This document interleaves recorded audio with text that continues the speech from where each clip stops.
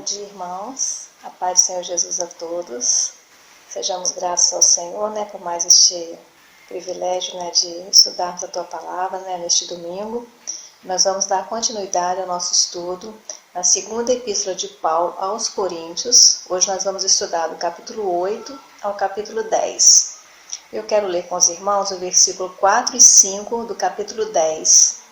Diz assim: Porque as armas da nossa milícia não são carnais, e sim poderosas em Deus para destruir fortalezas, anulando nós sofismas e toda altivez que se levante contra o conhecimento de Deus, e levando cativo todo o pensamento à obediência de Cristo. Amém? Vamos estar orando nesse momento para a gente dar início à nossa escola dominical.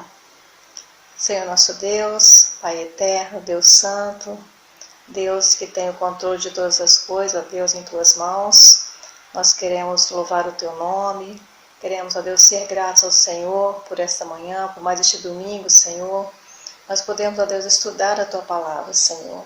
Que a Tua Palavra, ó Deus, possa estar falando aos nossos corações. O Senhor esteja, ó Deus, abrindo nossa mente, nos dando, ó Deus, entendimento, nos dando, ó Deus, conhecimento de Ti, da Tua Palavra e da Tua vontade em nossas vidas, ó Pai. Nós choramos, Te rendendo graça, ó Pai, por tudo, em nome de Jesus. Amém.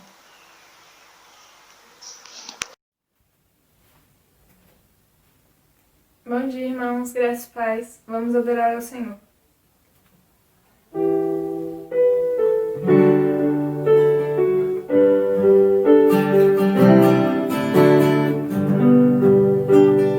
Perto quero estar,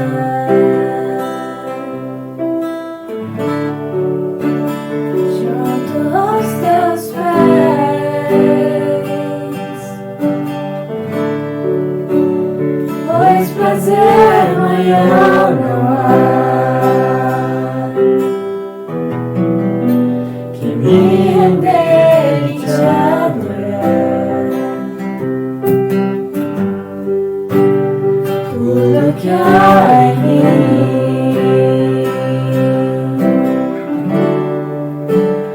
quero Te ofertar,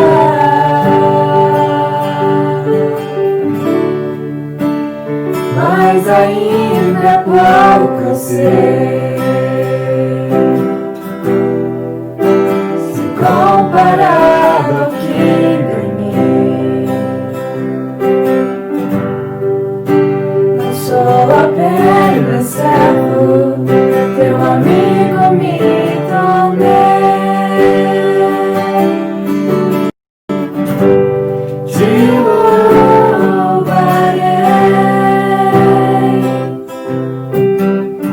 não importam as circunstâncias,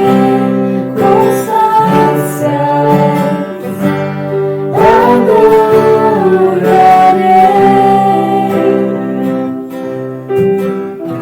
somente a Ti, Jesus. Te louvarei,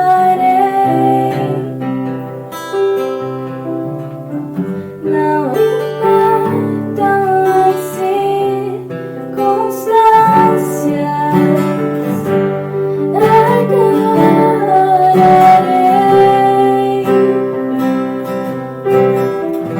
somente a Ti, Jesus.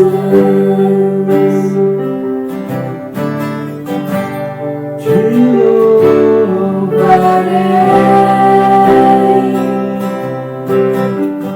não importam as circunstâncias, adorarei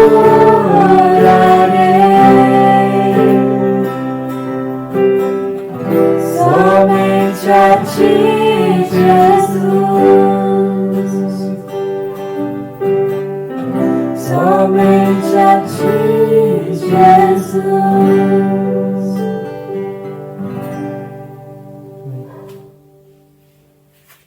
A graça e a paz do nosso Senhor e Salvador Jesus Cristo, irmãos, e vamos orar e dar início então ao nosso estudo na Escola Bíblica Dominical. Oremos.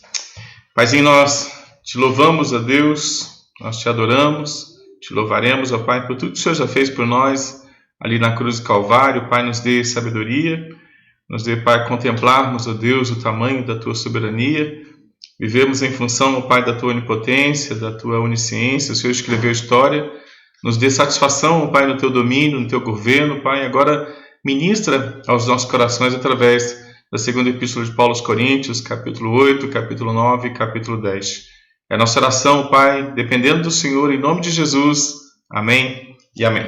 E vamos de estudo, irmãos? Vamos estudar a palavra de Deus, então, na segunda epístola de Paulo aos Coríntios. As armas da nossa milícia não são carnais, e sim poderosas em Deus para destruir fortalezas, anulando nós sofismas e toda altivez que se levante contra o conhecimento de Deus e levando cativo todo pensamento à obediência de Cristo. Né? Essa primeira epístola, segundo esse texto, ele já deixa claro que a gente está combatendo ideias o tempo todo. Né? Sofismas são pessoas que argumentam ideias filosóficas e querem combater o bom andamento do pensamento único, da onipotência, da onisciência, da presença poderosa de Jesus Cristo como Senhor e Salvador. Né? Então, Paulo está combatendo os sofismas na segunda carta aos Coríntios, está ensinando o verdadeiro conhecimento de Deus, levando o povo a uma prática, né, daquilo que é santo e aquilo que glorifica e bendiz o nome do Senhor. À medida que crescemos em Jesus, amadurecemos a consciência dos nossos privilégios espirituais e agora satisfeitos, influenciamos os ambientes onde Jesus mesmo nos planejou plantar, seja família, seja na igreja, seja no nosso mandato cultural. Viveremos então nossa nova vida para Ele, nele, reconciliadores, reconciliados, consolados, consolando, agentes agora da nova aliança. Né? Essa é a ideia máxima, né, de que agora, uma vez que a gente entendeu o consolo, entendeu a graça, entendeu a cruz, agora ministros da nova aliança, né, temos agora um tesouro maravilhoso, somos aqueles que conduzimos esse tesouro como vasos de barro, como agentes da nova aliança, como ministros da nova aliança, gente que foi consolado pela graça e agora vive consolando através da graça. O capítulo 1 ao 3 é a base, o alicerce para o nosso estudo, fala de consolo, do consolo de Jesus, do perdão, fala da nova aliança, capítulos 4 a 7, que estudamos a semana passada, fala do privilégio do ministério da reconciliação, somos um vaso de barro carregando um grande tesouro. E agora o capítulo 8, 9 e 10, né, a base para a gente estudar essa manhã, fala de uma nova vida, uma vida reestruturada, uma vida fundamentada no consolo, no perdão, no ministério da reconciliação, vivendo agora como vasos de barro, carregando um grande tesouro. E vamos estudar. Capítulo 7, Paulo fica aliviado ao receber a boa notícia através de Tito, né, de que os irmãos de Corinto estavam melhorando e que as palavras do Senhor ensinadas por ele estavam sendo agora acatadas. A tranquilidade e o sinal positivo do restabelecimento do respeito e do vínculo entre os coríntios e Paulo impulsiona o apóstolo a continuar ensinando. Né? No capítulo 7, Paulo está feliz porque agora ele sabe que Tito, né, e os irmãos de Corinto estavam melhorando, né? O pessoal já não estava mais brigando tanto com ele, né? Já não estava mais estruturado numa guerra espiritual contra ele, né? E agora Paulo pode impulsionar a continuação do seu ministério, né? Tá bom? Então vamos lá. Paulo, né, ele está feliz, ele está pleno porque Tito traz boas notícias para ele. No capítulo 7 ele fica aliviado por receber a notícia de que os irmãos agora de Corinto estavam tendo um progresso, estavam tendo uma melhora espiritual. Então ele, sabendo disso, ele fica mais tranquilo e ele agora vai dar andamento a um novo assunto, né? O assunto dos dízimos e das ofertas, o assunto que Mateus capítulo 6 ensina para a gente sobre o viver uma vida de ofertar, né? Viver uma vida de esmolar, né? Uma vida de dízimos e ofertas, né? No capítulo 8 e 9, Paulo fala sobre a coleta necessária para ajudar os necessitados da igreja de Jerusalém. E no capítulo 10, ele começa o assunto acerca dos falsos apóstolos, que vai até o final da carta, né? no capítulo 13. No capítulo 8 e capítulo 9, ele está falando de dízimos e ofertas, mais das ofertas. No capítulo 13, ele redefende, né, a sua autoridade apostólica, né, dizendo que a igreja também precisa agora ser apologista, né, e não se deixar levar, então, por aquilo que os falsos apóstolos tentam ensinar dentro da igreja. Né? A igreja em constante amadurecimento, né, sempre terá assuntos e áreas para se envolver, os quais vão precisar de muito ensino e orientação. Então a gente vê Paulo passando pela luta, né? Aí Tito traz boas notícias para ele e fala assim: Paulo, a igreja já está melhor agora, né? A igreja não está mais tanto contra você como ela estava no início, né? Agora Paulo pode dar sequência, né, nos ensinos da igreja, né? Paulo, ele tem que se defender por um momento, ele se defende ali por um momento, e agora ele pode voltar a ensinar a igreja sobre ser uma igreja ofertante, né? Ele vai citar a igreja da Macedônia, vai citar o exemplo que é Cristo, e vai desafiar a igreja a ser uma igreja que comparece na sua realidade espiritual com uma igreja que entrega suas posses, que entrega seus bens, que entrega o seu tempo, que trabalha e que faz uma boa defesa do Evangelho de Jesus Cristo, né? Então isso sempre, a igreja, ela toma consciência de quem ela é, acabou de tomar consciência de quem ela já entra em uma luta contra adversidades e adversários constantes que sempre estarão no meio da igreja, né? Sejam dentro da igreja, sejam fora da igreja, por meio de várias expressões. Os sofistas são pessoas contratadas para defender ideias, né? Ideias que você dá um assunto para eles, e os sofistas são filósofos, são pessoas que têm a boa habilidade de articular, né? de defender, de fazer uma boa oratória dentro do assunto que você der para ele, né? São pessoas que trabalham com teses, né? Que fazem boas elaborações, né? Filosóficas, né? Para atrapalhar até o conhecimento da verdade. Então, se os coríntios pedem para um sofista, né, defender uma ideia contra Paulo, eles vão trabalhar com argumentos muito bonitos e interessantes para dizer que Paulo não vale nada. Se alguém pede para um sofista dizer que Jesus não é Deus, o sofista vai trabalhar em cima disso e vai trazer uma boa tese para defender que Jesus não é Deus. Se um sofista precisa defender qualquer ideia que seja, né, ele vai defender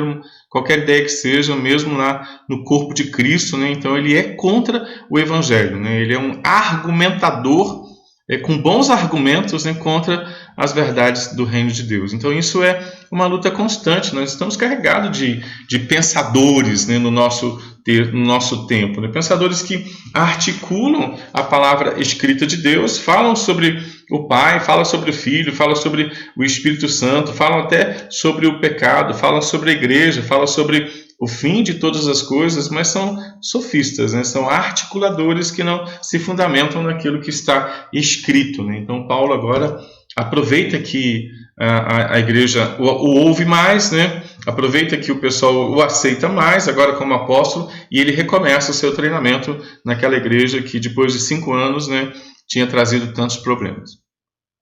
Nesse ponto é muito importante que os membros e a liderança estejam muito bem envolvidos e que caminhem juntos para que haja um verdadeiro crescimento, que irá então gerar solidificação, bom testemunho para os demais cristãos e também para a sociedade. O alívio de ter resolvido algumas questões difíceis e necessárias demais abre agora o caminho para que Paulo fale de outros assuntos, talvez mais fáceis de lidar, mas não menos importantes nem de serem tratados. Em qualquer circunstância, fácil, difícil, trabalhosa ou não, a ênfase é o ensino. A gente precisa levar cativo todo pensamento à obediência de Cristo, capítulo 10, versículo 5. E isso em todos os aspectos, né? Cristo agora é a base, a lente, né, para todo o nosso envolvimento familiar, social, eclesiástico e etc. A vida cristã envolve o indivíduo como um todo, a sua forma de se expressar, de pensar, de realizar pequenas tarefas, de exercer a sua vocação, seu chamado, seu dom, seu talento, seu trabalho, e tudo isso que está envolvido no amadurecimento individual reflete na igreja, no seu papel onde ela está plantada, no seu papel onde a igreja está inserida, com propósito estabelecido na eternidade pelo Pai. Por isso, estes 3 capítulos, capítulo 8, 9 e 10, receberam o título neste estudo de práticas para uma nova vida, né? As práticas da nova vida. Os coríntios estavam amadurecendo em sua nova vida, estavam sendo ensinados para que a confusão, tanto na área doutrinária quanto nos relacionamentos, fosse então resolvidas e que pudessem expressar realmente o verdadeiro evangelho que foi anunciado a eles. E assim, através das vidas deles, de suas vidas, o Senhor fosse glorificado, né? O propósito sempre é esse, né? Que a nossa vida, que a nossa consciência, que a nossa ação, que a nossa adoração, que a nossa missão, o nosso evangelizar glorifique o nome do Senhor. A vida cristã não é uma solidão, no sentido de não precisarmos nos envolver com os outros irmãos e nem precisarmos nos envolver com o crescimento da igreja local. Pelo contrário, a nossa vida está ligada à de outros irmãos, para edificação, para o auxílio, para consolo. Né? Isso é a grande definição da comunhão dos santos. Né? Por que nós existimos e por que existe a comunhão dos santos? Né? Para que na comunhão dos santos nós possamos influenciar, amando, zelando, cuidando, né? E não criando facções e pensamentos pessoais particulares de grupo A, B, C, D e F, né? Mas levando sempre a nossa mente cativa, segundo a Epístola de Paulo aos Coríntios, capítulo 10, versículo 5, ao pensamento de Cristo, né? Para dependermos somente, né, do pensamento de Cristo para as nossas ações, onde quer que a gente seja plantado, né? O que eu estou fazendo na família? Foi Jesus que me plantou ali. O que eu estou fazendo no meu trabalho? Vou ganhar dinheiro e vencer na vida? Não, foi Jesus que me plantou neste campo missionário chamado trabalho.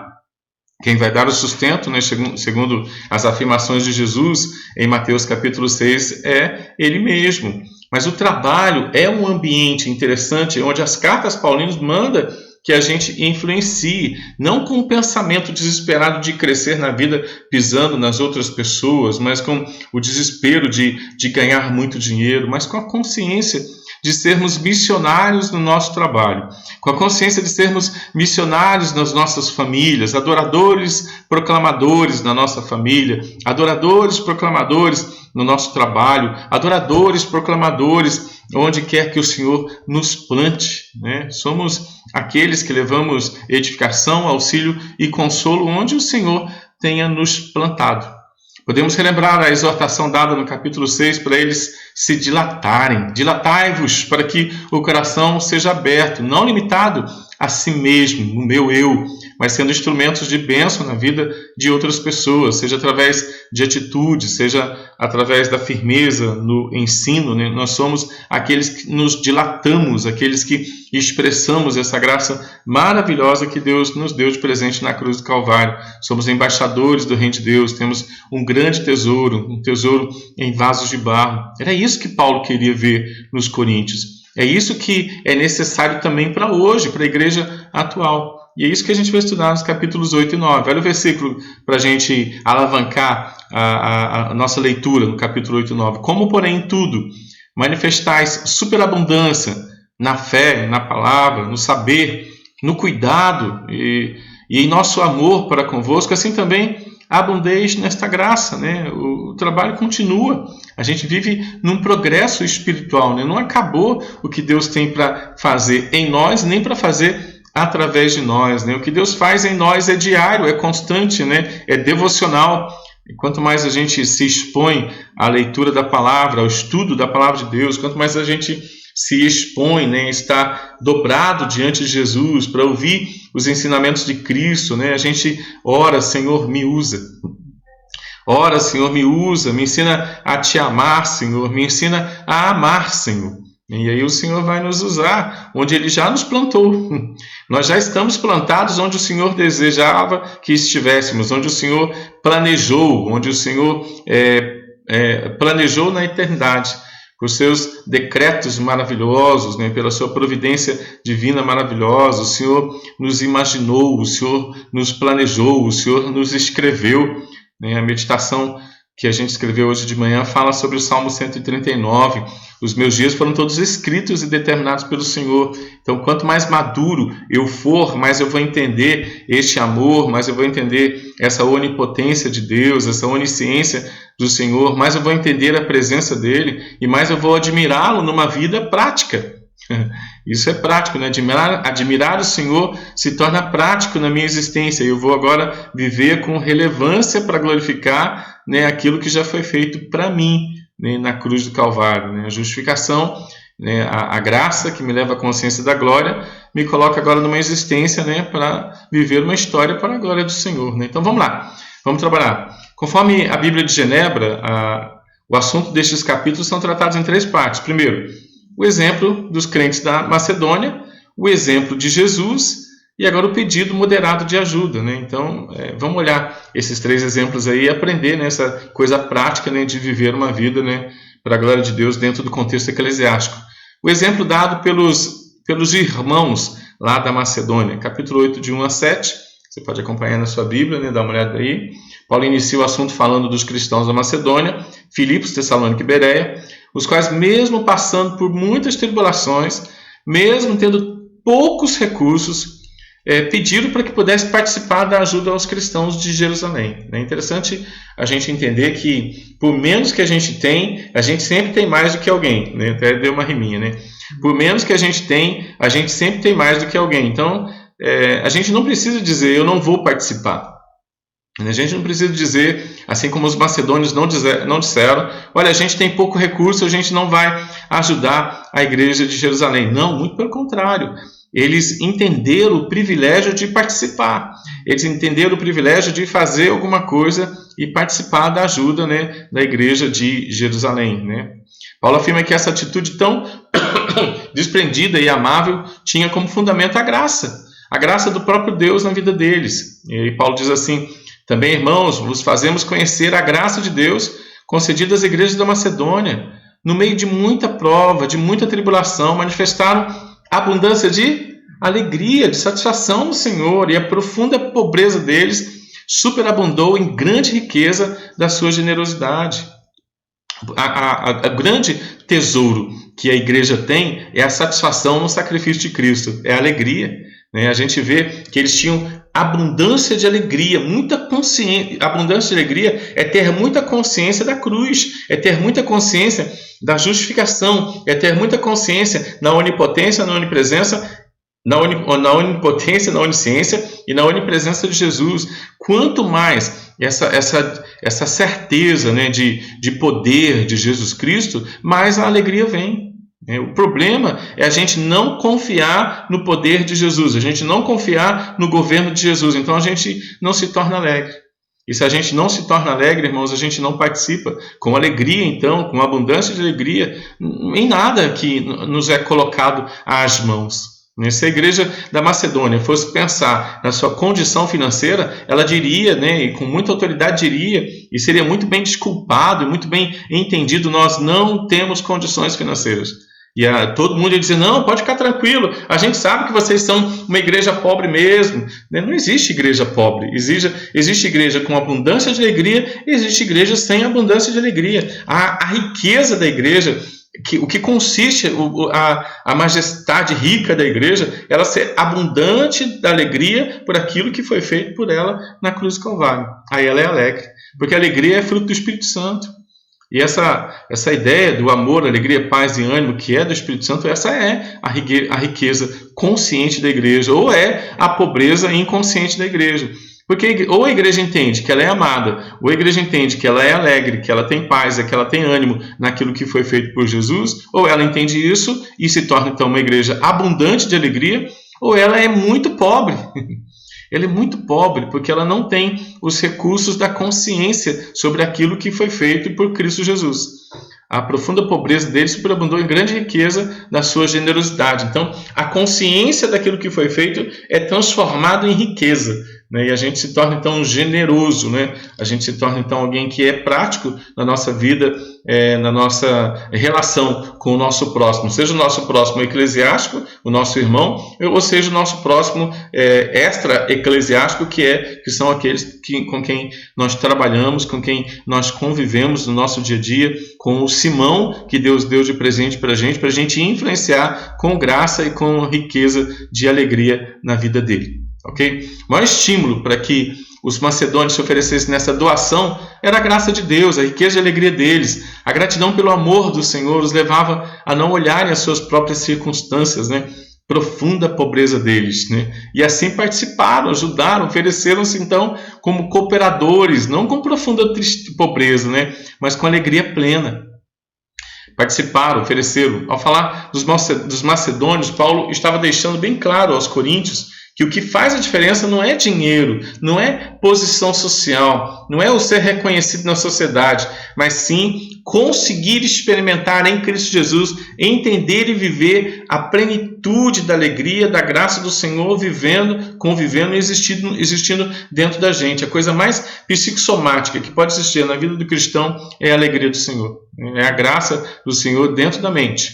João Calvino, comentando este ensino de Paulo aos Coríntios, aplicando-os às nossas vidas, ele diz o seguinte: porque ainda que seja universalmente consensual ser uma virtude louvável prestar ajuda ao necessitado, aos necessitados, nem todos os homens consideram a doação como sendo uma vantagem.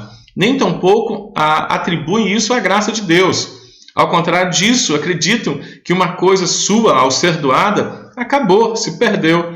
No entanto, Paulo declara que quando prestamos auxílio a nossos irmãos, devemos atribuí-lo imediatamente à graça de Deus e considerá-lo um extraordinário privilégio a ser ardorosamente buscado. Olha que coisa linda, né, irmãos? Às vezes a gente pensa assim, eu estou doando alguma coisa, eu estou perdendo essa coisa, né? Isso, irmãos, na economia de Deus, é caderneta de poupança espiritual. Você está multiplicando aquilo que oferece, ao ponto de Paulo dizer que Deus pode te fazer rico para que você continue neste ministério de abençoar pessoas, né? Ministério semear, ministério ofertar. Mas eu não tenho nada, eu sou pobre, eu estou precisando receber. Que papo ruim, meu irmão. Esse é o papo mais horrível, né, dentro deste contexto de estudo dessa manhã, onde a gente aprende, onde nós aprendemos que a gente pode abençoar pessoas, abençoar vida com o que temos, né? Isso se torna nossa caderneta de poupança, não porque a gente está pensando em fazer uma economia espiritual, mas quanto mais a gente investe em pessoas, com aquilo que temos, mais o Senhor investe para que tenhamos mais, para que possamos investir mais e investir mais e investir mais. É a parábola dos talentos, irmãos. A gente tem para a gente porque Deus deu e a gente multiplica isso, né, em pessoas. Primeiro dentro do contexto eclesiástico, depois lá fora no contexto social, na nossa vocação, né, no nosso chamado, né, no nosso mandato cultural, né, nosso mandato espiritual, nosso mandato social e nosso mandato cultural. A gente foi chamado por Deus para ser consolado pelo Senhor, para experimentar que somos agora representantes da sua graça e agora a gente tem para oferecer. Primeiro Deus faz em mim e depois Deus faz através de mim na família, na igreja, na minha vocação, nos meus mandatos espirituais, no meu mandato social, no meu mandato secular, né? Pensamento interessante, né, para a gente viver, principalmente nesses tempos, né, de pandemia, de economia, de política, de saúde. Entender nossa identidade espiritual, sermos plenos na nossa identidade espiritual e prestar ajuda para os nossos irmãos e para aqueles que precisam de nós, né? Os macedônios doaram até mesmo acima das posses deles, como Paulo escreveu no versículo 3, e foram muito além, pois ao entregarem as ofertas, eles não somente viram essa doação como algo material, mas sim como algo espiritual, como forma de dedicarem a si mesmos na obra do Senhor, né? O que Deus emprestou para nós não é nosso, né? As nossas posses, se não forem para a glória de Deus, elas não valem nada. São as nossas vaidades, os nossos pecados, a nossa sabedoria, o que aprendemos a fazer aqui na terra. Se não forem para a glória de Deus, se tornam também as nossas vaidades e não prestam para nada, né? Nosso trabalho, nosso tempo, tudo que somos, tudo que temos, se não é para a glória de Deus, não prestam para nada, se tornam a nossa vaidade, se tornam nosso fracasso, se tornam o nosso abismo existencial. Estamos aqui para glorificar o nome de Deus. Era necessário aos coríntios desenvolverem este mesmo sentimento, este desprendimento, primeiro a Deus e também aos irmãos. A oferta dos macedônios chama a atenção, pois ela foi feita não quando tudo estava bem, não quando eles estavam fartos, nem quando estava sobrando alimento, sobrando dinheiro. Muito pelo contrário. Mas eles se empenharam e focaram neste trabalho, enquanto passavam por tribulações. Eles podiam argumentar que não estavam bem, estavam atribulados, não tinham nem para eles, que não estavam em condições de consolar ninguém, porque também estavam sufocados nos seus próprios treinamentos espirituais. Desculpas que muitas vezes nós mesmos damos em relação ao Senhor, em relação à diligência da vida com o Senhor e no envolvimento em seu reino e também no envolvimento no seu trabalho. Mas Paulo chama atenção para o fato de, mesmo sem aparente condição, eles manifestarem então aquilo que é fantástico, irmãos, a abundância de alegria. Lembrando que a alegria é fruto do Espírito Santo, amor, alegria, paz e ânimo, um conforto espiritual maravilhoso que os impulsionava a uma caminhada prática cristã no aqui e agora. Amor, alegria, paz e ânimo é primeiro uma realização em nós, para que depois disso o Senhor nos use. Então é uma realização que acontece através de nós, que não mendigamos amor de ninguém, que não mendigamos alegria de nada nem de ninguém, que não mendigamos a paz de nada e nem de ninguém. Nossa paz não é ausência de conflitos sociais, nossa paz é espiritual. Nosso ânimo não é motivado pelo ser, né? Não é motivado pelo ter, né? Nosso ânimo é motivado por aquilo que o Senhor já fez na cruz do Calvário. E se aquilo que o Senhor fez na cruz do Calvário não dá para a gente um pico de amor, não dá para a gente uma excelência de alegria, uma excelência de paz, uma excelência de ânimo, a gente não vai encontrar isso em nenhum outro lugar deste mundo, irmãos. Não há amor, alegria, paz e ânimo em nenhuma outra coisa, em nada criado que não seja a graça poderosa de Jesus Cristo na cruz do Calvário. Não tem em outro lugar. Pode procurar, meu irmão. Na verdade, não procure. Não tem. Não existe amor, alegria, paz, ânimo em nenhuma outra situação que não seja a justificação na cruz do Calvário, que não seja o amor de cruz de Jesus Cristo por você e por mim e para a igreja. Essa é a base que deve nos impulsionar, essa abundância de alegria, essa abundância de amor, essa abundância de paz, essa abundância de ânimo que está tudo contida na pessoa de Jesus Cristo. Nenhum amor deste mundo, nenhuma alegria deste mundo, nenhuma paz deste mundo, nenhum ânimo deste mundo pode produzir alegria em você. As pessoas deste mundo não têm condições. As posses deste mundo não têm condições de produzir isso no nosso coração. E se a gente está buscando ainda isso, tudo no mundo, em coisas deste século, a gente vai idolatrar, a gente vai criar ídolos, a gente vai criar justificativas e vai cada dia mais enfraquecer a nossa consciência, vai cada dia mais reclamar de alguma coisa, cada dia mais murmurar de alguma coisa, cada dia mais viver uma vida triste, sem abundância de alegria. Que tristeza! O ladrão vem para matar, roubar e destruir. João capítulo 10, versículo 10. Mas Jesus veio para que tenhamos vida, para que tenhamos amor, para que tenhamos alegria, para que tenhamos paz, para que tenhamos ânimo em abundância, em plenitude. Esse é o segredo, o primeiro segredo da vida cristã, né? Eu nasci para glorificar, bendizer o nome do Senhor com abundância de alegria, com abundância de amor, com abundância de paz e com abundância de ânimo. Eu não consigo encontrar isso e não há condição nenhuma de encontrar isso em nenhuma outra fonte, em nenhuma outra base, em nenhuma outra estrutura que não seja Jesus. E isso que nós encontramos em Jesus é a luz, é o sal e o bom perfume para a gente aparecer no meio das pessoas, não com uma estrutura particular, mas com a abundância de alegria. É isso que é interessante na vida cristã. É isso que Paulo vem tratar nos nossos corações nessa manhã. A abundância de alegria que muda as nossas atitudes. No que é a manifestação da abundância, da nossa alegria está fundamentada? Qual que é a motivação para expressarmos amor ao Senhor, generosidade com os irmãos, com o próximo? Lembrando que essa generosidade não está somente restrita em relação a bens materiais, mas ela também está no dar apoio, ao ajudar no crescimento espiritual, a oferecer o consolo com que nós mesmos já fomos consolados por Deus, né? A viver nessa transformação de Cristo, né? Como sal da terra, como luz do mundo e como bom perfume de Jesus Cristo, onde Ele nos plantou. Esse é o exercício de consciência para que a nossa ação seja coerente com aquilo que nós cremos. Esse exercício de conscientizar, né, o que já foi feito por nós, para que essa conscientização comece a vazar pelos poros da nossa espiritualidade, da nossa prática diária de espiritualidade junto com as pessoas que Deus já confiou, que o Senhor Jesus já confiou para nós, né, os nossos Simões, as pessoas que Deus colocou na nossa família, as pessoas que Deus já colocou no nosso trabalho, as pessoas que Deus já colocou na nossa escola, as pessoas que Deus já colocou nas eventualidades do nosso dia a dia, pessoas que precisam ser influenciadas pela consciência da abundância, da alegria que nós já temos, né?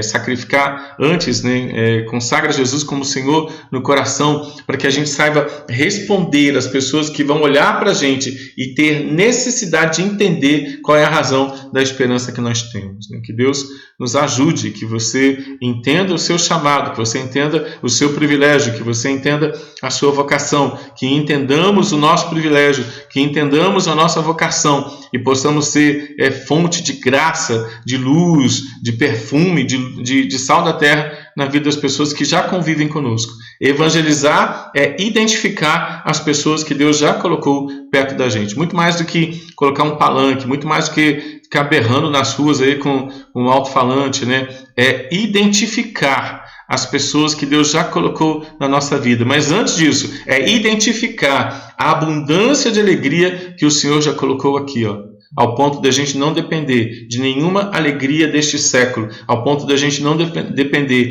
de nenhum amor deste século, ao ponto de a gente não depender de nenhuma paz estabelecida neste contexto, neste século, ao ponto de a gente não viver fundamentado em ânimos, em cordas existenciais que algumas pessoas nos dão e acabam nos escravizando nelas para que a gente tenha mais corda, mais corda e mais corda, né? Jesus já te deu a corda, Jesus já te deu abundância de amor, Jesus já te deu abundância de alegria, Jesus já te deu abundância de paz, Jesus já te deu abundância de ânimo para você viver com novos pensamentos, com novas atitudes, para você ter fé, para que você seja manso, para que você tenha domínio próprio, para que as pessoas enxerguem isso em você e encontrem em você o caminho não para você, mas o caminho, para a verdade, para a vida, que é o Senhor e Salvador Jesus Cristo.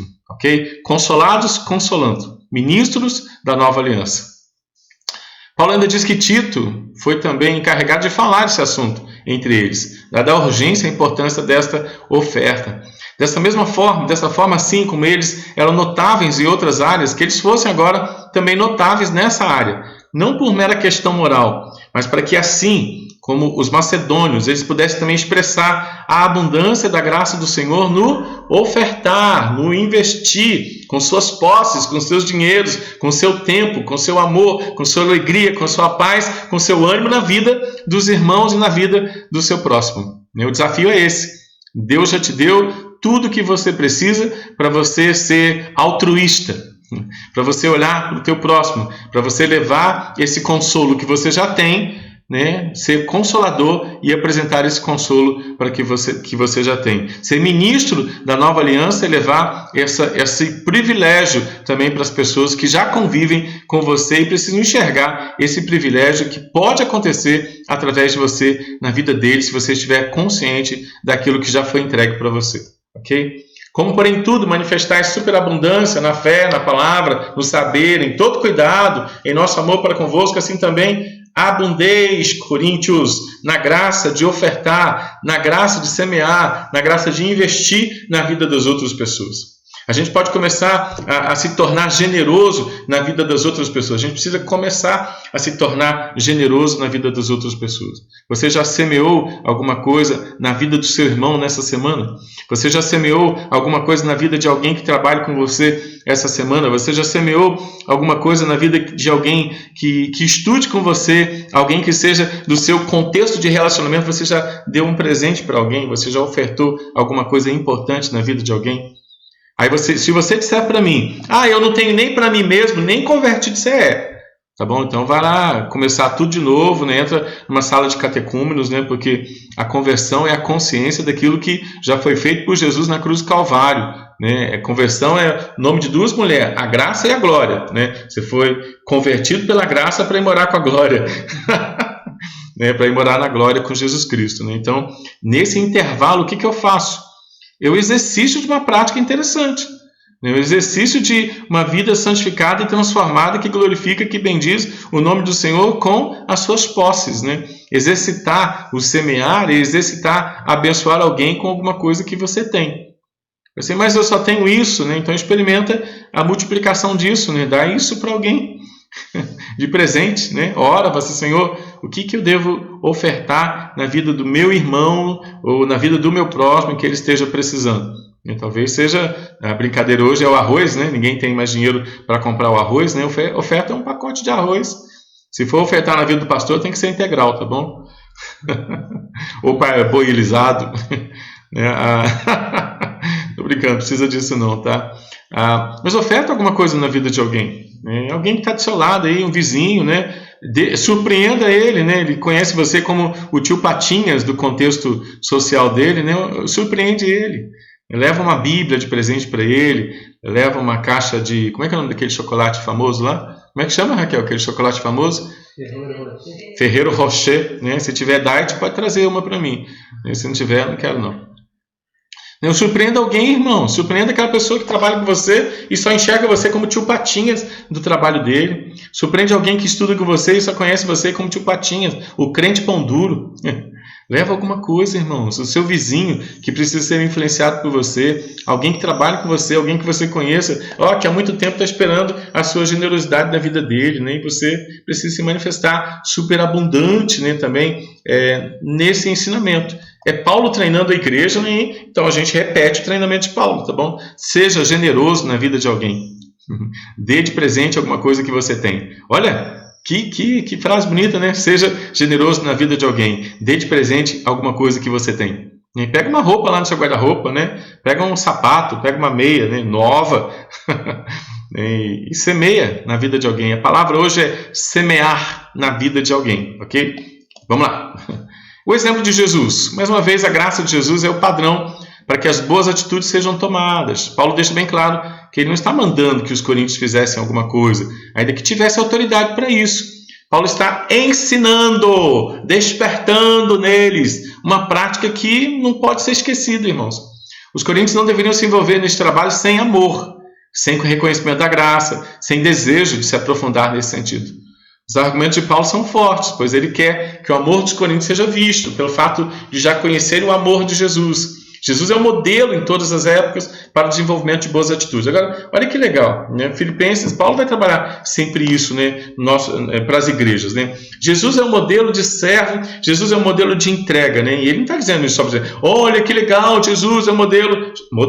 Jesus de amor, de serviço e de entrega. Ele não está falando só para a gente achar bonitinho, para a gente bater palma para Jesus. Ele está falando para a gente aplicar essa verdade, primeiro na mente, na consciência e depois nas atitudes, né, gente? 666, consciência. 666, atitude. Por que o sinal da besta é um sinal na testa e um sinal na mão? Porque é uma questão de ignorância na consciência e ignorância nas ações. Agora a gente tem outro sinal. Deuteronômio capítulo 6 fala isso, né?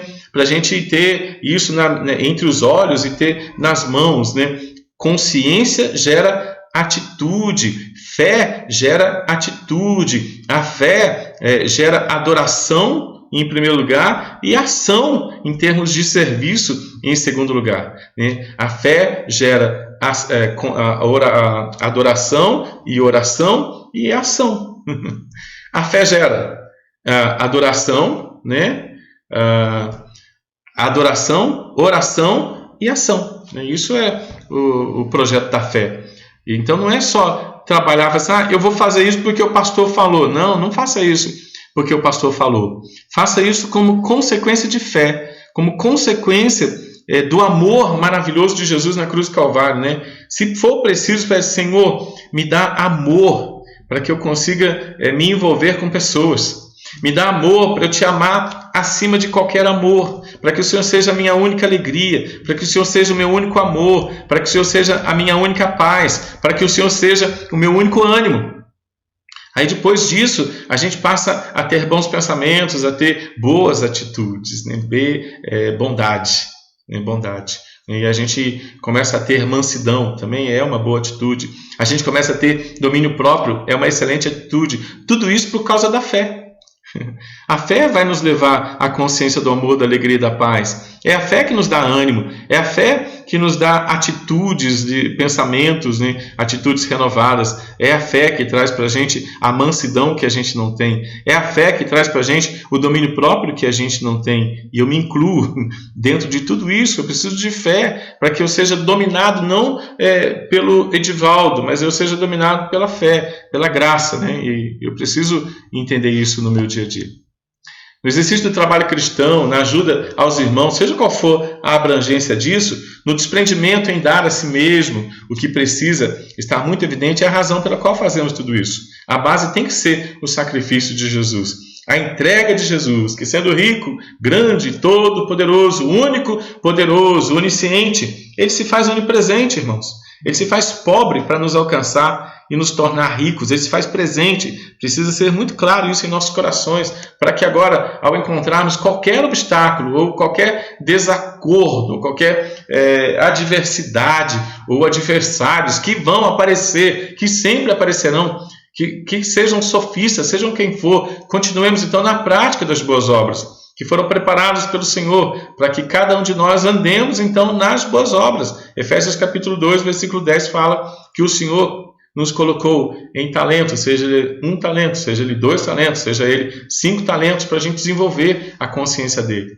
Motivados por ele, motivados pela sua graça, sem pararmos por causa de desavenças, sem pararmos por causa de tribulações, ou por qualquer outro motivo, porque qualquer motivo se torna pequeno demais, perto da grandeza, do amor e do chamado de Jesus feito a nós ali na cruz do Calvário, né? O consolo dado por ele, né? Então a gente precisa, a nossa base, a nossa estrutura é o amor.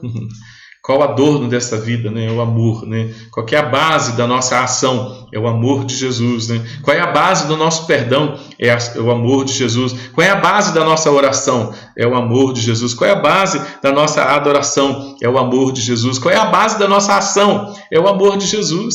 Se não tiver amor, não faz. Se não tiver consciência de Jesus, não faz ainda, porque é necessário que primeiro isso aconteça aqui, na consciência, e depois aconteça aqui, na nossa prática diária, do que a gente fazer mal feito, ou a gente fazer por motivos que não é o grande motivo, que é o consolo, que é a cruz, né? Sermos representantes e ministros da nova aliança. Enquanto a gente não entender o tamanho do tesouro que tem dentro da gente, a gente não precisa trabalhar como vaso, não, meu irmão.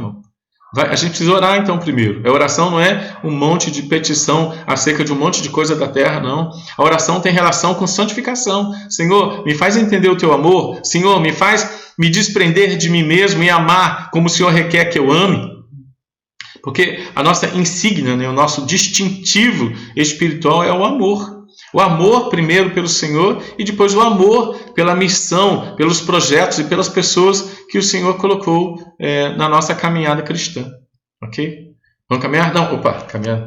Vamos lá. O pedido moderado de ajuda deles, né? Paulo dá a sua palavra, pois desde o ano anterior ele havia começado a fazer essa solicitação de ajuda aos coríntios, mas em virtude até mesmo dos problemas existentes naquela igreja, esse trabalho estava parado.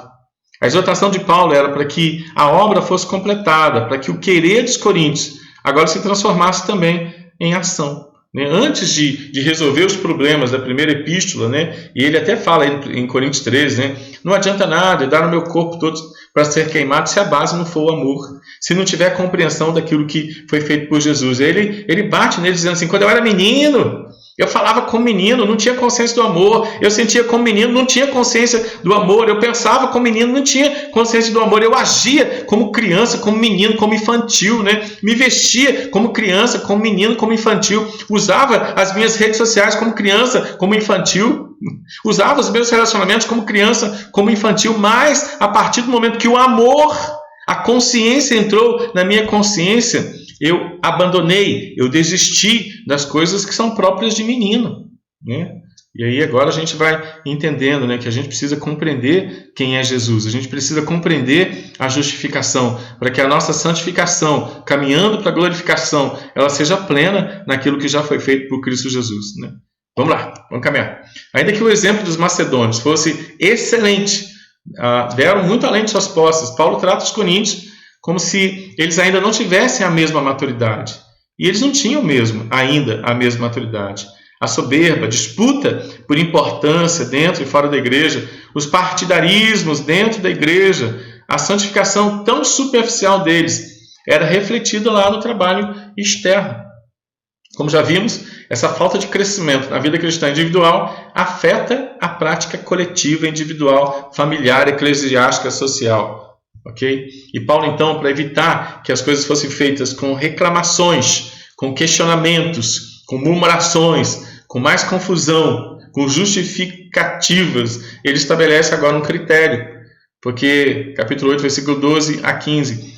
Porque se há boa vontade, então será aceita conforme o que o homem tem, e não segundo o que ele não tem, boa vontade, consciência. Porque não é para que os outros tenham alívio, e vocês tenham sobrecarga, mas para que haja igualdade, suprindo a vossa abundância no presente, a falta daqueles, de modo que a abundância daqueles venha a suprir a vossa falta. E assim haja igualdade, como está escrito: o que muito colheu não teve demais, o que pouco não teve falta. Então não é só um exercício, não é só uma ação ignorante, é uma ação consciente de que aquele que me deu aquilo que eu tenho pode multiplicar aquilo que eu tenho para que eu tenha muito e multiplique muito.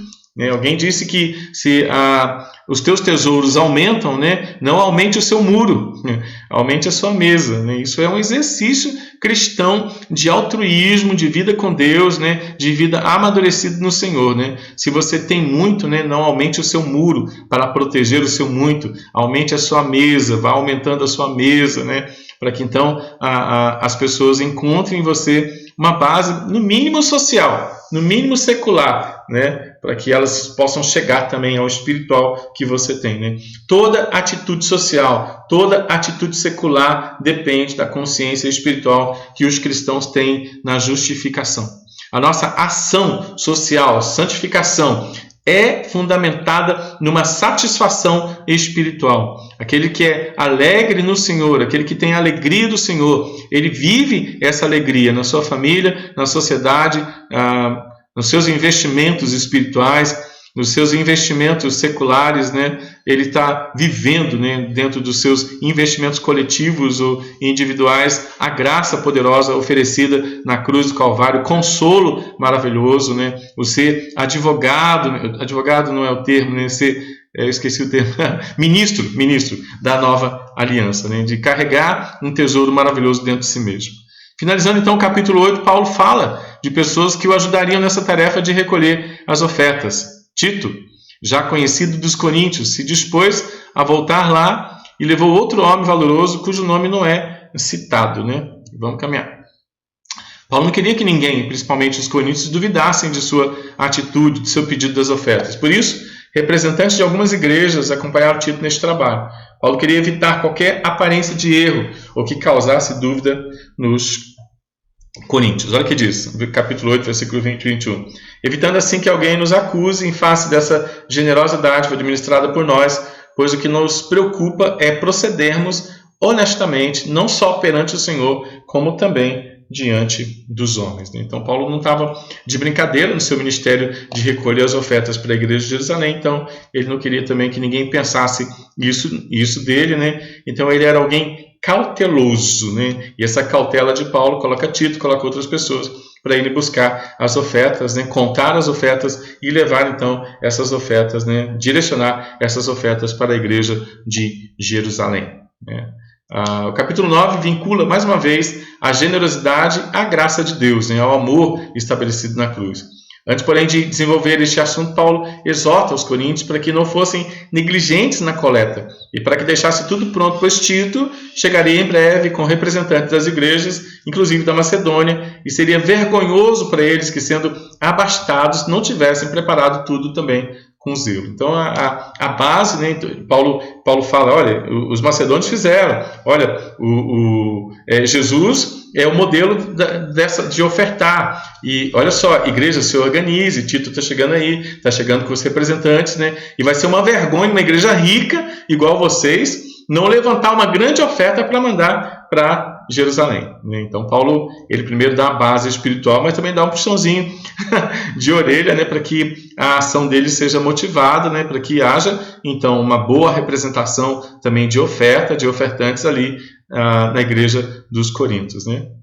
É bonita essa história, de levar a igreja à consciência de semear, semear fé. Se você tem consciência da fé, você deve semear fé. Fé através de fé e fé através de atitudes, que levem também as pessoas a glorificar o nome de Deus, com seus conceitos seculares, com seus conceitos sociais, né, seus contextos coletivos, né, e sociais fora da igreja. Né. A fé, ela é abrangente, ela é poderosa dentro da igreja, necessária fora da igreja, mas a fé também precisa encontrar um ambiente no nosso trabalho, ela precisa encontrar um ambiente na nossa escola, ela precisa encontrar um ambiente dentro das nossas eventualidades e principalmente dentro dos nossos relacionamentos. Deus já colocou um monte de gente para a gente fazer diferença na vida deles, né? Mas a gente precisa ter consciência disso, tá bom? O foco de Paulo, no entanto, não era o valor propriamente dito da oferta, mas o empenho que era resultado do reconhecimento da graça de Jesus. E esse, na verdade, era o assunto mais importante para Paulo. Para ensinar a eles sobre a generosidade, Paulo usa um exemplo de agricultura. Um agricultor que semeia muitas sementes, ele vai colher muito. E o que semeia pouca semente, ele vai colher pouco. Né? Olha a comparação de generosidade. Paulo está dizendo assim, ó, que ser generoso, Paulo está dizendo, né, com base naquilo que ele crê e com base da sua experiência. Ser generoso é lançar uma semente. Se eu lanço uma semente, eu vou colher pouco. Mas se eu lanço muitas sementes, eu vou colher muito, né? E ele está desenvolvendo neles o desafio de acreditar nisso. Mariana. Dona Marlene colocou. Dona Marlene. Sem fé é impossível agradar a Deus. Nosso coração precisa estar aberto ao amor a Deus, a Jesus e também aos irmãos. É interessante que a fé, ela tem essa relação, né? Relação Deus, relação próximo, né? Se eu tenho fé de que Deus é meu Senhor, Salvador, me deu tudo que eu tenho para administrar como bom mordomo, então eu posso pegar daquilo que Ele me emprestou e semear na vida de pessoas que estão perto de mim. Um semear consciente. Né? Eu posso abençoar a vida de alguém. Eu posso semear com aquilo que Deus me deu, sejam os meus dons e talentos, e posso semear com aquilo que o Senhor me deu, né? Que é aquilo que Ele me deu para viver muito bem, com alegria, com gratidão no coração. Aí Paulo vai desenvolver o desafio no capítulo 9, versículo 6, quando ele diz assim, olha, aquele que semeia muito vai colher muito, o que semeia pouca vai colher pouco. Né? O que a gente tem semeado? Né? Aquilo que Deus tem dado para a gente, o que a gente tem semeado? Qual foi a última vez que a gente semeou na vida de alguém com tanta consciência de isso ser também importante? Né? Okay? Paulo não estava propondo a eles que fizessem uma troca com Deus, mas que enxergassem essa generosidade como algo espiritual, onde o Senhor mesmo estaria contemplando a ação generosa, mas em termos de disposição do que em valor. O que fazemos, temos que fazer para o Senhor. Olha que Provérbios 19:17 diz, quem se compadece do pobre, ele empresta para o Senhor. Olha a promessa, e este lhe paga o seu benefício. Agora pensa bem, num Deus rico, vai ficar devendo favor para você?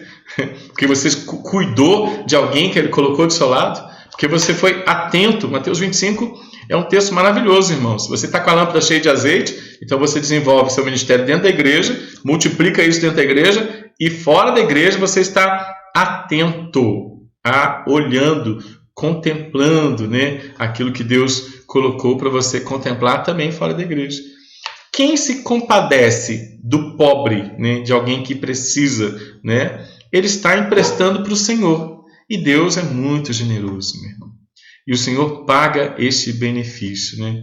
Nosso mandato espiritual, nosso mandato secular, nosso mandato cultural tem desafios interessantes para a gente desenvolver o altruísmo na vida de irmãos, na vida do nosso próximo, com a consciência de que a gente está fazendo para o Senhor. Quem se compadece do pobre, do Senhor, e os pobres são pobres do Senhor, está emprestando para o dono deles. E este nunca ficou devendo esse benefício para ninguém, meu irmão. E quando Paulo fala disso em Coríntios 9, ele está falando que isso é uma semente. Lançou a semente na vida de alguém, você está multiplicando na sua caderneta espiritual, meu irmão. Ao ponto de Deus multiplicar tanto isso na vida da gente, não para a gente mesmo, mas para a gente continuar multiplicando na vida das pessoas. Calvino exigia que o povo da igreja lá de Genebra estudasse, fosse advogado, fosse médico, mas fosse advogado do Senhor para cuidar do pobre, fosse médico do Senhor para cuidar do pobre, fosse músico do Senhor para educar o pobre, fosse professor do Senhor estudado para cuidar do pobre.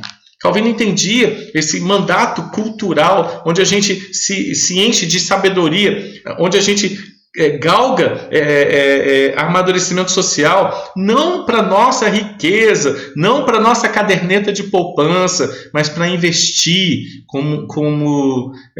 vou usar um termo estranho, né? Com um conhecimento aristocrático, totalmente estranho esse termo, né?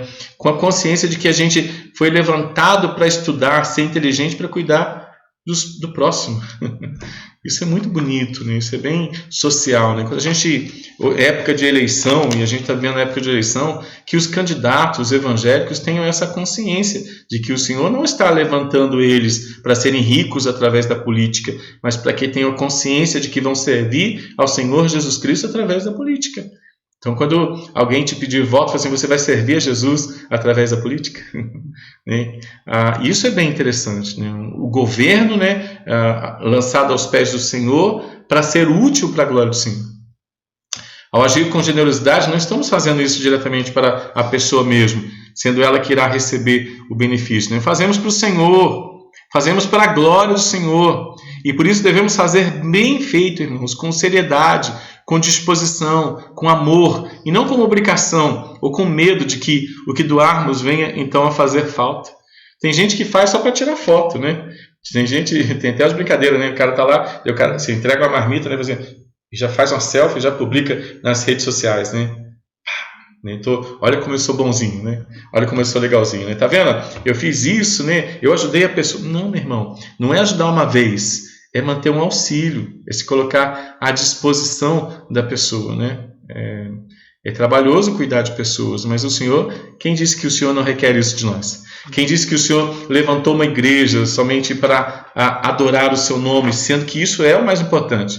Mas o Senhor levantou uma igreja para adorar o seu nome, mas também para proclamar o seu nome e para viver como se Ele mesmo estivesse andando nas ruas onde a igreja está plantada.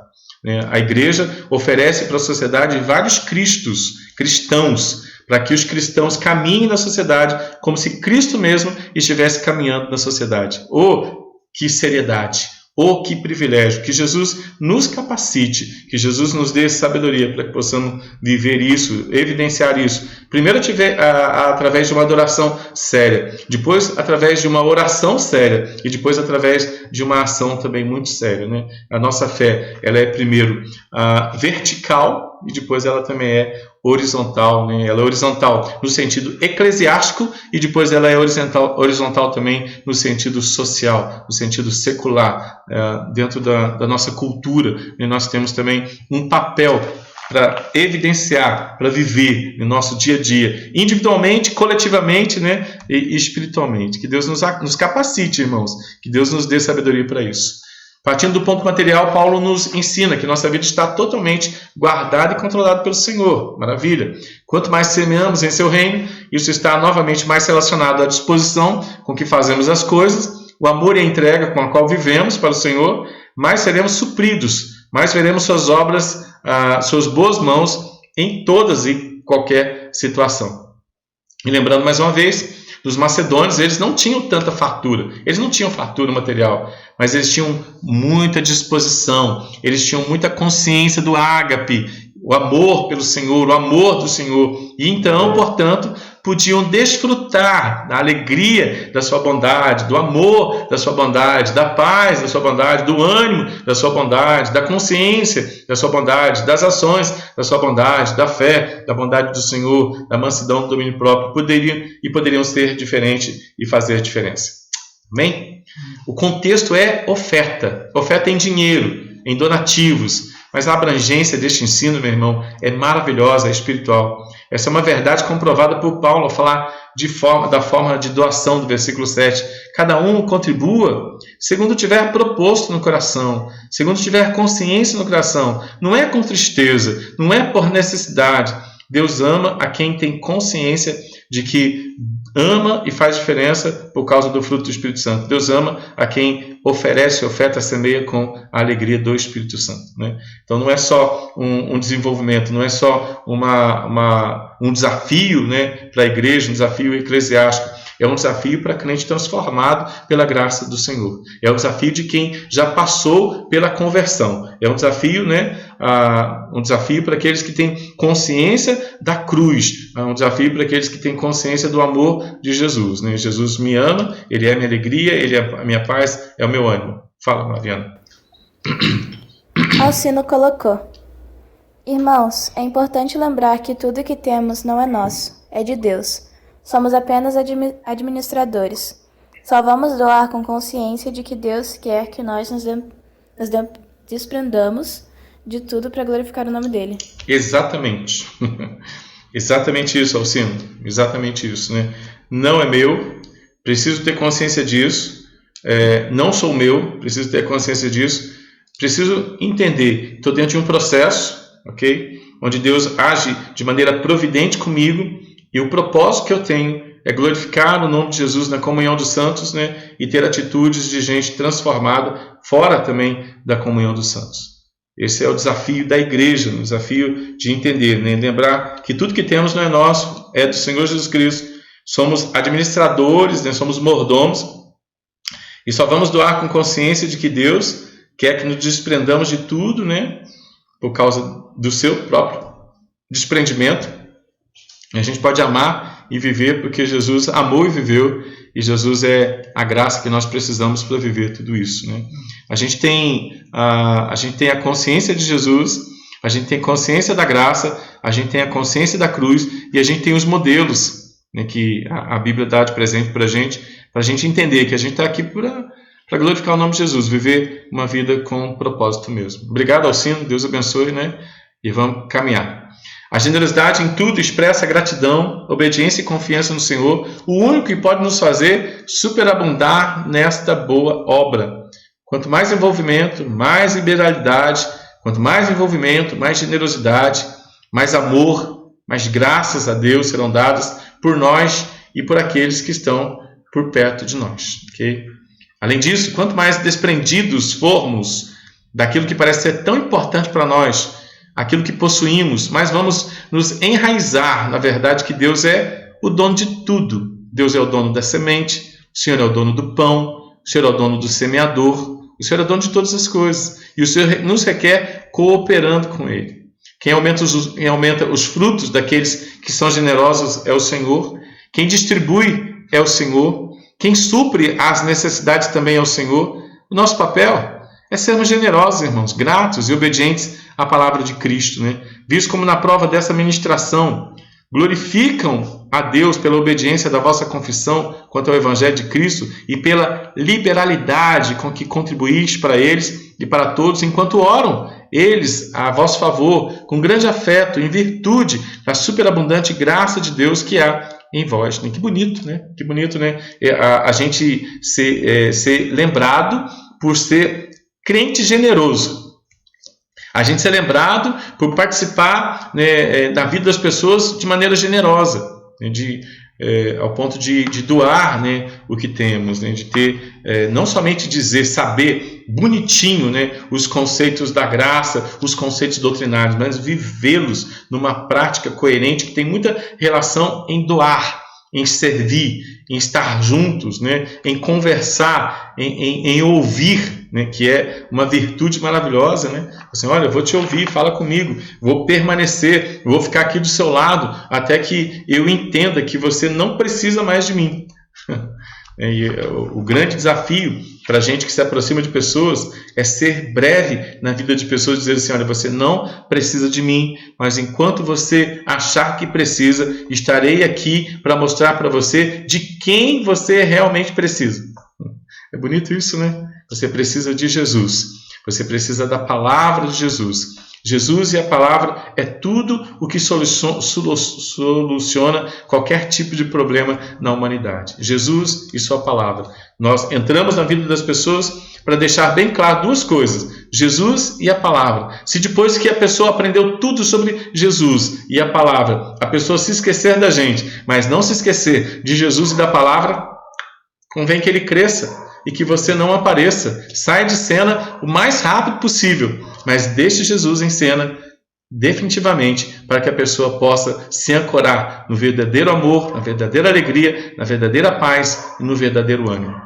Que Deus nos ajude, que possamos ajudar aqui, realizar todo esse evento de transformação espiritual na vida delas, e que elas não sintam falta da gente, mas que elas sintam a presença de Jesus e sintam falta de Jesus e não da gente mesmo. Isso é um exercício, vamos que vamos. Paulo encerra esse lindo ensino dizendo: graças a Deus pelo seu dom inefável, a maior, melhor, mais eficiente doação que nos saciou com a salvação e todos os seus benefícios foi a doação que Jesus fez de si mesmo por nós. Isso é generosidade que não tem palavras que a expressem de forma perfeita. E vamos para o capítulo 10. Olha que Paulo, depois que ele termina o curso de como entregar minha vida e doar meus bens para a glória de Deus, agora ele entra como defender o Evangelho, ok? Capítulo 10. Porque não ousamos classificar-nos ou comparar-nos com alguns que se louvam a si mesmos, mas eles, medindo-se consigo mesmos e comparando-se consigo mesmos, revelam então insensatez. Paulo está trabalhando agora, está de novo focando, mirando a sua teologia contra os insensatos, contra os adversários que pregam a palavra, mas querem aparecer. Eles colocam um versículo bíblico ali, mas não é Jesus que eles querem que apareça, eles querem que eles apareçam. Então isso é insensatez, querer aparecer junto com Jesus, ou querer aparecer mais que Jesus é insensatez. Não ousamos classificar-nos, comparar-nos com alguns que se louvam a si mesmos, mas eles, medindo-se consigo mesmos e comparando-se consigo mesmos, revelam insensatez. Então, o que a gente quer ensinar?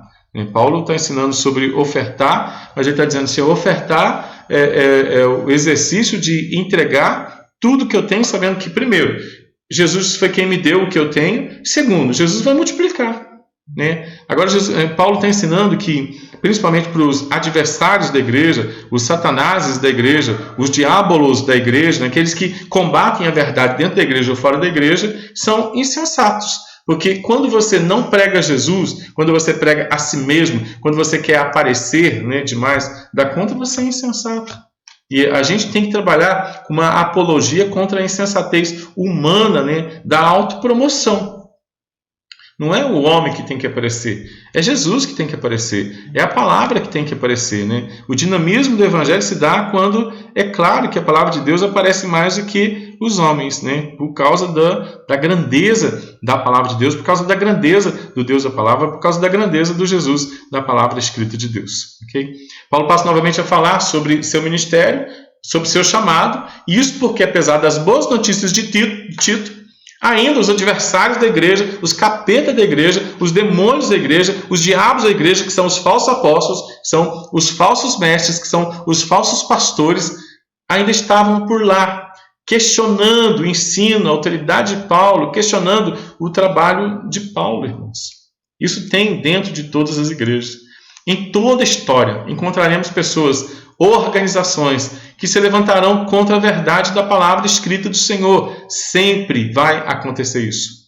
E isso não está somente fora do contexto cristão. Dentro das igrejas encontraremos pessoas que têm pensamentos controversos, que não têm uma base sólida, que não são fundamentados no amor cristão e que também não se submetem a aprender e que falarão e agirão conforme a sua própria vontade, defendendo um sistema, defendendo uma vaidade, defendendo uma doutrina, defendendo um sistema que eles chamam de sistema teológico, mas que é completamente contra a verdade escrita do Senhor.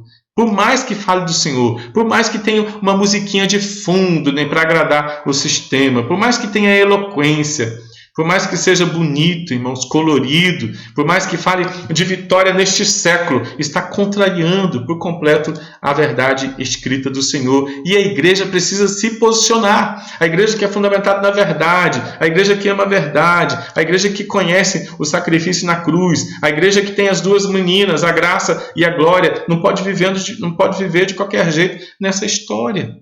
Precisa defender a verdade, irmãos. Precisa ir contra a verdade desses satanases, desses demônios, desses diabolos, né? Desses que contrariam a verdade escrita do Senhor. Satanases, adversários. Diabolos, Satanás, uma palavra grega que significa adversário. Qualquer um que seja adversário da palavra escrita de Deus é um Satanás e não precisa necessariamente ser o Satanás que foi vencido na cruz do Calvário, tá bom? Qualquer um que não defenda, que não una você à verdade escrita de Deus, é um diabolo. A palavra diabolo no grego é aquele que separa. Separa você da verdade escrita de Deus. Então qualquer demônio que separe você da verdade escrita de Deus é um diabolo. Então Paulo está pregando contra os satanases. Paulo está pregando contra os diabolos, que tem em toda a igreja, irmãos. Em toda a igreja tem. Quando Jesus fala para Pedro, arreda Satanás, você não cogita das coisas de Deus, você cogita das coisas do mundo. Jesus está defendendo um sistema de pensamento que vai invadir a igreja desde aquele momento. Sistema de pensamento que defende as coisas deste século, que defende fé neste século, que defende amor neste século, que defende alegria neste século, que defende ânimo neste século, mas que não defende o amor, a alegria, a paz e o ânimo estabelecido na cruz. Então vigia em nome de Jesus, meu irmão. Vigia. E quando você começar a ouvir músicas, quando você começar a ouvir mensagens, quando você começar a ouvir pregadores, né, que vão contra a verdade estabelecida na cruz do Calvário, se levanta contra, fala contra, se posiciona contra, leve a verdade verdadeira, né? Se posicione como um sábio do Senhor, como alguém que recebeu o verdadeiro amor, a verdadeira alegria, a verdadeira paz e o verdadeiro ânimo. Essa era a questão em todas as primeiras igrejas. Os adversários, tá bom? Palavra grega para adversário é Satanás. Palavra grega não, irmãos, hebraica. A palavra grega para adversário foi traduzido como diabo, adversário do mesmo jeito. Adversário da verdade. Não o adversário de Satanás vencido na cruz do Calvário, mas vários adversários alimentando nas igrejas a verdade de que a paz, o amor, a alegria, a paz e o ânimo está estabelecido nessa história e não naquilo que foi feito na cruz do Calvário. A maioria das cartas do Novo Testamento alertam sobre os falsos mestres, sobre os satanases, os quais estavam na igreja, mas eram adversários da palavra, ensinando a partir de si mesmos. Mateus capítulo 16, Jesus já dá o aviso para Pedro, arreda Pedro, né? Não ensina aquilo que não é a Bíblia, né? Não ensina aquilo que não é a verdade escrita de Deus.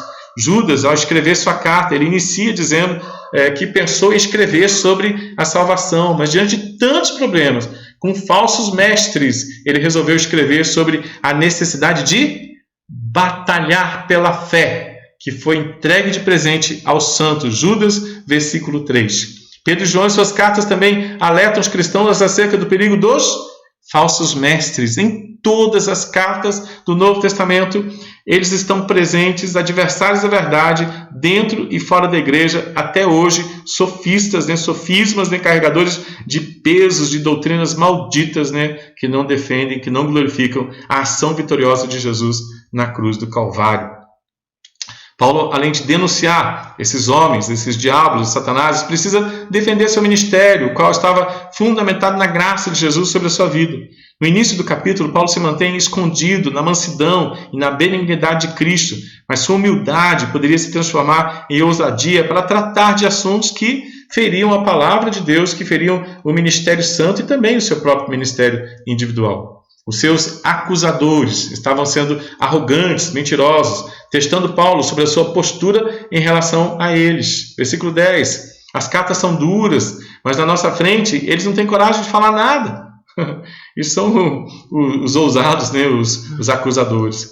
Para não ceder às provocações, para não ser rotulado como alguém que perdeu o controle, brigão, Paulo indo contra o argumento dos falsos mestres de que ele andava na carne contradizendo, ele afirma assim, olha, as armas da milícia dele e dos seus amigos não eram carnais. O que Paulo ia usar para se defender não era a carnalidade das fofocas que eles faziam. Paulo se posicionou contra os falsos mestres, não no território mundano, carnal e mentiroso deles, mas Paulo deixou muito claro que o seu procedimento estava firmado nas armas poderosas do Senhor, armas que destroem fortalezas, armas que anulam sofismas, falsos argumentos, o uso da sabedoria para persuadir e também para iludir.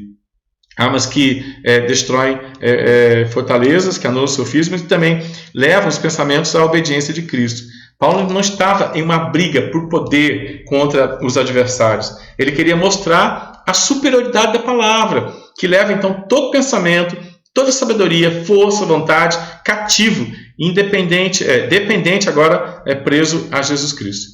As palavras dos falsos mestres prendiam as pessoas neles mesmos. Eram palavras vãs, sem argumento santo, usadas como se fossem verdade.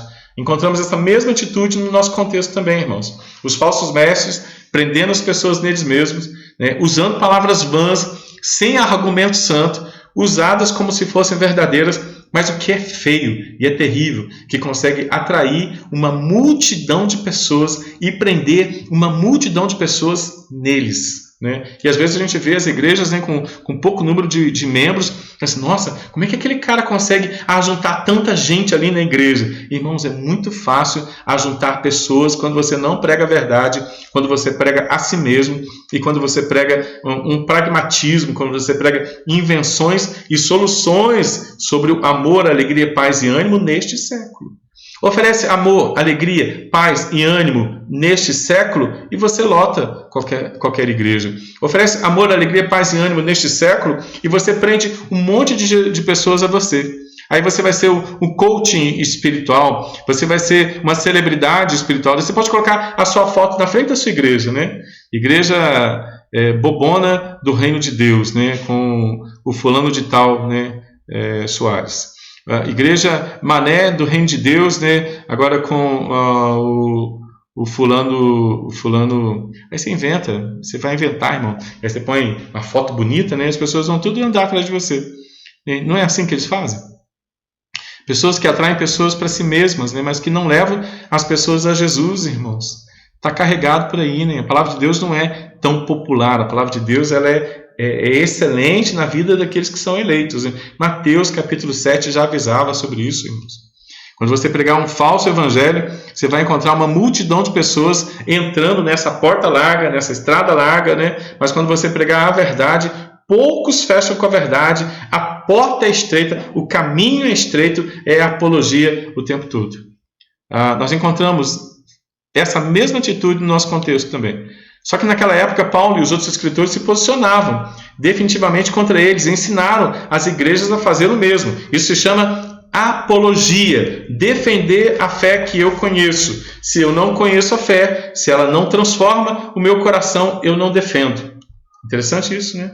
Por que a gente investe tanto em conhecimento de Bíblia? Porque quanto mais você conhece o Senhor da história, quanto mais você se dobra diante do Senhor da história, mais Ele muda as suas estruturas, né? E mais você defende o Evangelho. Quanto menos você lê a Bíblia, menos você defende a Bíblia. Quanto mais você lê a Bíblia, mais consciência você tem da onipotência do Senhor, da onisciência do Senhor, da presença, onipresença do Senhor, e entende que o que Ele fez foi te dar amor, alegria, paz e ânimo na cruz do Calvário. Agora você que foi alcançado pela graça, você caminha para a glória com muita felicidade em desenvolver, né, a glória do Senhor naquilo que você faz. Na sua família, no seu trabalho, na sua escola, você é de Jesus. Hoje toleramos muita coisa dentro da igreja, redes sociais, na teologia, nas letras de músicas, livros, filmes, etc. Muitos ensinamentos errados são compartilhados com tanta altivez que quase parece verdade. Assim, né? Às vezes uma verdade é tão falada, tão repetida, que ela parece uma verdade. E quando você vê e analisa à luz das Escrituras, ela é uma grande mentira. Se prega a mentira como se fosse verdade, se prega a verdade com uma tristeza tão grande como se fosse mentira. Se vive como se fosse mentira. Se fala como se fosse mentira, né? A verdade, ela primeiro transforma o cristão e depois ela é defendida pelo cristão. O que a gente tem crido? No que eu tenho crido? O que eu tenho defendido? O que eu tenho defendido na minha família? O que eu tenho crido e defendido na minha família? O que eu tenho crido e defendido no meu bairro, na minha sociedade, no meu trabalho, na minha escola, no meu lazer? O que eu tenho crido e defendido? né? Tem tanta porcaria, tem tanto lixo teológico hoje nas redes sociais, tem tanto lixo teológico nas igrejas, tem tanto lixo teológico sendo defendido na teologia, nas letras de músicas, em livros, em filmes. Muitos ensinamentos errados estão sendo compartilhados. Está na hora da gente filtrar isso tudo, fazer uma boa apologia, né? Ser cauteloso, né? Se a gente já foi envolvido pela alegria do Senhor, a gente tem que ser cauteloso, a gente tem que ser observador, né? E ter cuidado com fakes teológicos, com falsos pensamentos teológicos, né? Cuidado, a gente tem que defender a verdade, mas primeiro a verdade tem que ser verdade no nosso coração. A verdade já é verdade no nosso coração, então a gente entende o amor de Deus, a alegria dele, a paz dele, é animado por isso, entende a grandeza de Jesus, a onipotência de Jesus. Ele é o que escreveu a história, então não reclame da história. Ele é o que está presente conosco, então não se sinta sozinho, não dependa de pessoas, dependa dele. Ainda que eu ande pelo vale da sombra da morte, não temerei nada, porque Jesus está... É Ele, é nós, Ele é comigo, né? Dependa mais dele do que da oração do seu irmão, da oração do seu pastor. Ore você, né? Tenha comunhão com o Senhor, fale com ele. Jesus, eu vou orar até sentir a tua presença. Porque se na tua oração você não sente a presença de Jesus, então ninguém vai fazer isso por você. É estranho isso, né? Mas é uma verdade. Então fale com Jesus, né? Entenda Jesus, peça para ele: Senhor, me ensina a entender o teu amor e me ensina a te amar. E aí depois eu vou conseguir amar as pessoas. E você útil como cristão também na vida das pessoas. Tanto para Paulo como para nós hoje, a convicção precisa ser de que estamos neste mundo, contudo, nossas armas, nossas palavras e atitudes para viver aqui não são carnais, não são provas de sabedoria humanas, sofismos, né? Mas elas revelam Jesus, e essa é a glória, essa é a diferença, essa é a verdade, o caminho, a verdade e também a única vida. A autoridade e a veracidade das nossas palavras, assim como as de Paulo, não são demonstradas no que podemos fazer ou falar de nós mesmos. Esse é o papel de falsos profetas, de falsos mestres, dos diabos, dos satanases, que falam e louvam a si mesmos, revelando então, na verdade, uma insensatez. É insensatez não glorificar, não bendizer o nome do Senhor com as suas verdades. Paulo tinha certeza do que ele estava fazendo, ele não se gloriava, não nele mesmo, ele se gloriava não nele mesmo, mas no que Deus estava produzindo entre os coríntios. E ele esperava que a sua palavra os ajudasse então a crescer na luta pela fé que é verdadeira, fazendo com que ele se tornasse então uma base primeiro para o conhecimento do Evangelho, depois também para a expansão do Evangelho da graça de Deus. Para que essas coisas pudessem acontecer, a igreja precisaria reagir com maturidade. Paulo iria se esforçar para isso, através das suas palavras finais sobre o apostolado. As suas convicções o levavam então a gloriar-se no Senhor, reconhecendo a grandeza do Senhor e entendendo que está cumprindo o que o Senhor requer e recebendo também do Senhor a aprovação, pois na verdade era isso o que importa, porque não é aprovado a quem em si mesmo se louva, é aprovado aquele a quem o Senhor louva e aquele a quem o Senhor levanta para defendê-lo e para ensinar do seu reino. Mariana, participação. Cosma colocou. Quem? Cosma. Cosma. Só a verdade nos liberta. Muitas vezes a verdade nos faz refletir quem somos como seres humanos e quem somos em Cristo. Eu prefiro a palavra da verdade porque ela me corrige. Amém. Isso aí, irmãos. Deus abençoe a cada um de vocês, né? Esse é o estudo da palavra. Vamos concluir isso, vamos aplicar isso na nossa vida prática. Primeiro, Deus está chamando a gente para a generosidade, né? É a graça do Senhor que nos dá base para os nossos pensamentos e atitudes.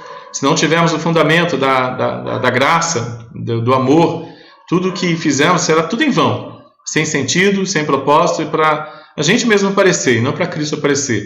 Essa mesma graça nos faz viver o verdadeiro Evangelho, que nos conduz ao crescimento e amadurecimento constante. O amadurecimento, por sua vez, nos posiciona como defensores da palavra, da verdade, nos leva a depositarmos tudo o que temos e tudo que somos aos pés do Senhor, para que a glória seja sempre dele, somente dele. Aleluia. Amém, irmãos. Então vamos entender? Fomos chamados para sermos generosos, conscientes do amor de Deus. Fomos chamados para defender a fé. Defender a fé, glorificar somente Jesus e que ele cresça todos os dias e que eu amadureça, né, para que ele cresça, né? Convém que ele cresça e que eu diminua, né?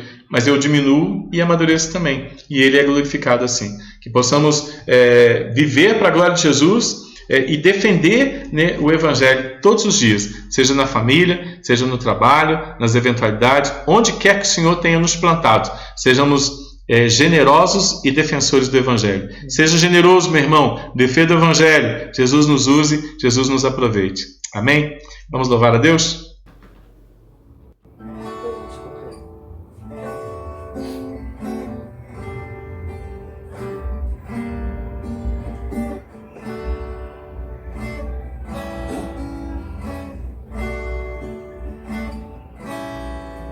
Divino companheiro no caminho,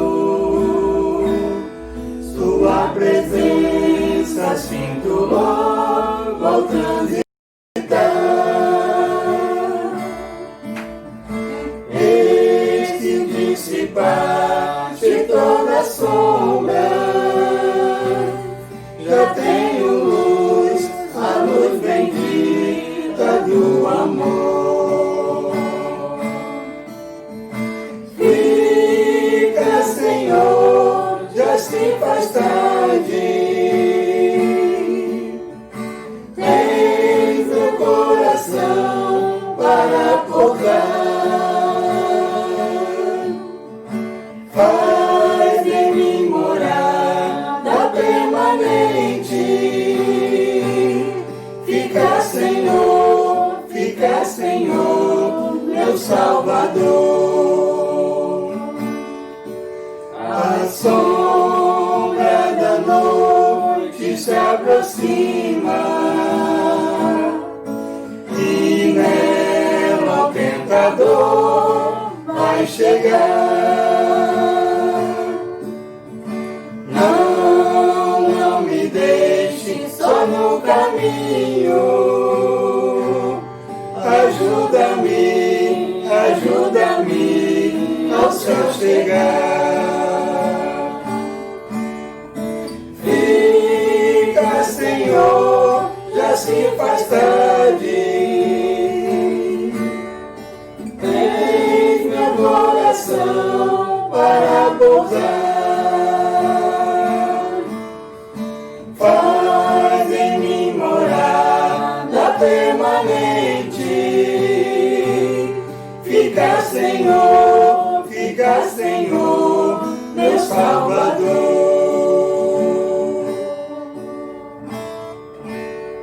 Amados irmãos, a paz seja com os irmãos, amor com fé da parte de Deus Pai e do Senhor Jesus Cristo.